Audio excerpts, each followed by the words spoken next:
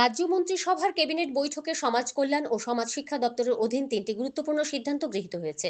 আর মন্ত্রিসভার ক্যাবিনেট বৈঠকে গৃহীত সিদ্ধান্তগুলি নিয়ে আজ মহাকরণে সাংবাদিক সম্মেলন করে বিস্তারিত জানানোর সময় মন্ত্রী সুশান্ত চৌধুরী বলেন, রাজ্যে 60% ইন্টালেকচুয়াল বিকলাঙ্গদের ভাতা যেখানে প্রতি মাসে ছিল 2,000 টাকা, সেই স্থানে মন্ত্রিসভার বৈঠকে এই ভাতা বাড়িয়ে করা হয়েছে 5,000 টাকা।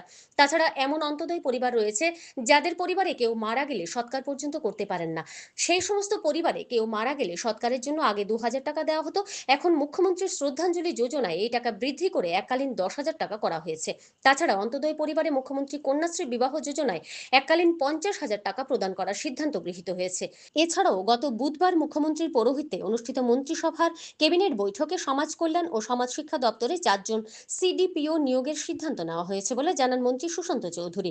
সেই সাথে তিনি বলেন, কর্মচারীদের ডিএ বৃদ্ধির ব্যাপারে মন্ত্রিসভার বৈঠকে কোনো সিদ্ধান্ত গৃহীত হয়নি, তবে এই বিষয়টি মুখ্যমন্ত্রীর নজরে রয়েছে বলে জানান মন্ত্রী Sushanta Chowdhury. Bureau report, BTV Tripura news.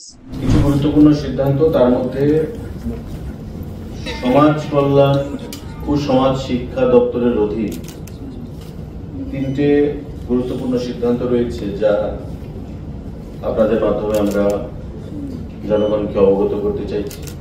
Number 1, chief minister scheme for pensions with intellectual disabilities under Education, Social Welfare and Social Education Department, সমাজ কল্যাণ এবং সমাজ শিক্ষা দপ্তরের অধীন আমাদের যে স্কিম রয়েছে, যারা ইন্টেলেকচুয়াল ডিসেবিলিটিস রয়েছে 60% এর বেশি, তাদের যে ভাতা সেটাকে বৃদ্ধি করা এবং সেই ভাতা বৃদ্ধি করে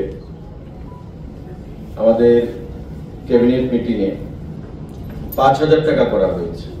যারা ইন্টেলেকচুয়ালি ডিসেবল, দিব্যাঙ্গ যাদেরকে আমরা বলি, উইথ মোর দেন 60% ডিসেবিলিটি, এই সুযোগ পাবে এবং সেই অর্থের পরিমাণ 5,000 টাকা প্রতি মাসে করা হবে এবং তার নাম হচ্ছে chief minister scheme for persons with intellectual disability.